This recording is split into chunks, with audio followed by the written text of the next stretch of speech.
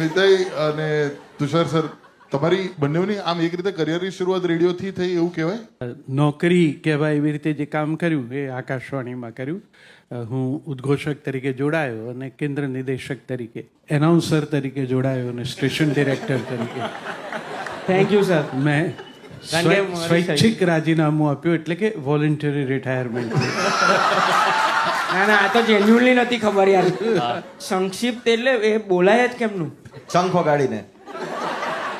ના, એટલે અમે ઓડિશન લઈએ સ્વર પરીક્ષા, ત્યારે આવા શબ્દો. એ પરીક્ષામાં શું હોય? એમાં અમે એવા વાક્યો લખીને આપીએ કે જે આવનાર વ્યક્તિ બોલે. તો હમણાં જ આપે શિવકુમાર શર્માનું સંતૂર વાદન સાંભળ્યું. એમણે સંતૂર પર રાગ મિશ્ર શિવરંજની રજૂ કર્યો. ભાઈ, કોઈના દાંત વચ્ચે ગેપ હોય તો કેવી સીટીઓ આવે.